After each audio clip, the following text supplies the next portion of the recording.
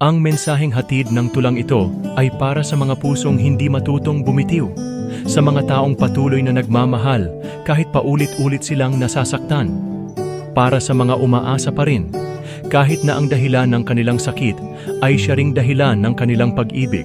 Ito ay isang paalala na hindi mali ang magmahal ng tapat, ngunit sa gitna ng paghihintay at pag-asang babalik ang minamahal, huwag din sanang kalimutan ang sariling halaga.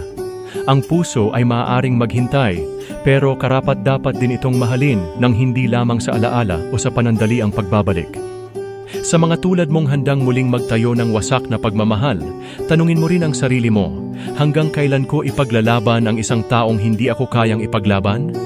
Sana, dumating ang araw na piliin mo rin ang paghilom, hindi lang ang paghihintay.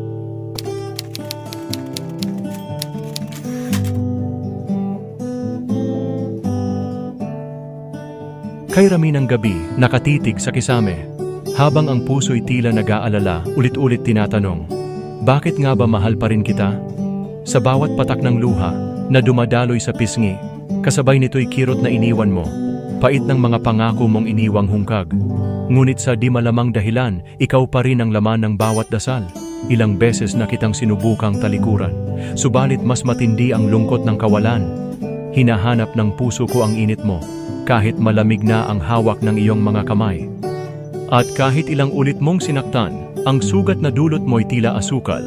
Matamis sa alaala kahit hapdi ang dala, sapagkat ang pagmamahal ko'y mas matatag kaysa sa sakit na iyong iniwan. Ikaw ang kahinaan ko, ang puwang sa puso kong di mapuno ng iba. Kahit ilang beses akong iniwang luhaan, handa akong buuin muli ang basag na tayo, sa pag-asang babalik ka, at ang pag-ibig ko'y muling tatanggapin. Kaya't kung sakaling mapagod kang maglaro, kung sakaling hanapin mo ang daang pauwi, huwag kang mag-atubili. Nandito pa rin ako, tahimik na naghihintay, nag-aalab ang pagmamahal, handang mahalin ka, kahit ilang beses mo pa akong iwan. Sapagkat ang sugat ng puso ko'y hihilom, kapag muling bumalik ang iyong mga yakap, at kahit ilang ulit mong lisanin, ibubulong ko sa hangin, ang tanging mamahali, ikaw pa rin.